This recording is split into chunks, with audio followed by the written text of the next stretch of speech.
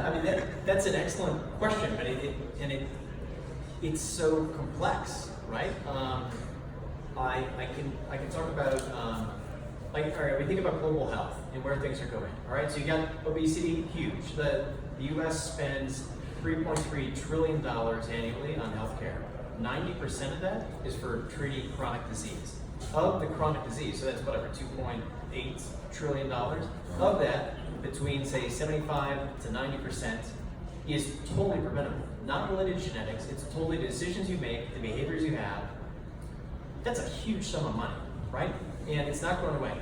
In the same respect, I was at a conference last week where the chief economist of Citibank was talking about some baseline assumptions that generations will have as your income will grow, right? And she had this really interesting graph of people born in the 40s and it grows. People born in the 50s, it starts higher because of efficiency gains and it grows.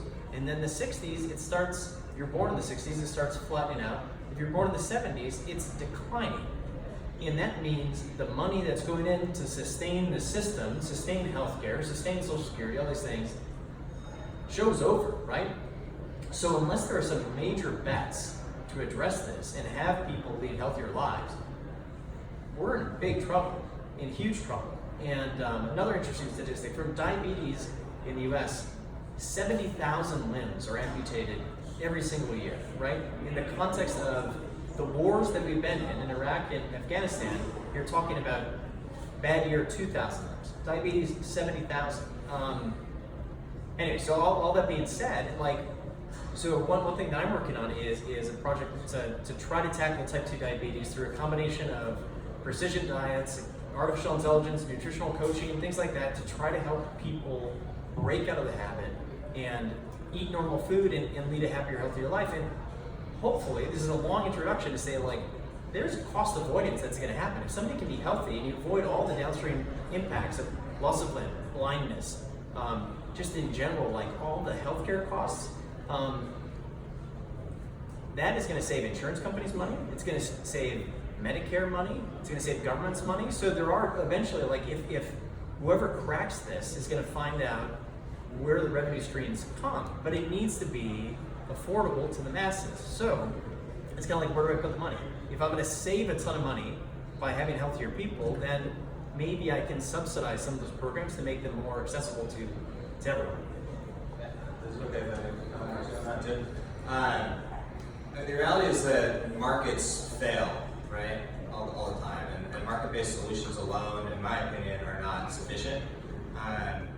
There's policy levers that need to be pulled. Some of them exist, they just aren't very well publicized. Just one example that I'll give and on a really optimistic note, one of the things that was also really pivotal in our development was we learned that the USDA has a group called the ARS, the Agricultural Research Service. They have a big building in Albany, North Berkeley, basically.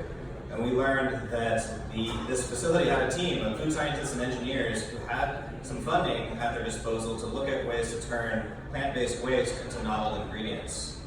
Oh, wait a minute, that sounds a little bit like what we do, right? So we got in touch and we actually entered into a subsidized co-research and development agreement with the USDA. We invented technology together, which we patented together.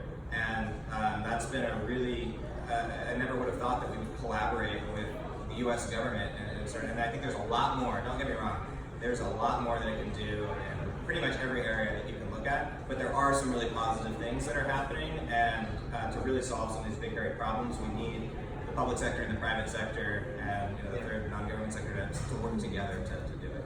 Absolutely. And thank you for the closing on that. I do have one last thing that I want to ask you, Josh, and I'm sure most of you are curious. Indian startup animation, what happened to that? Oh, I'm an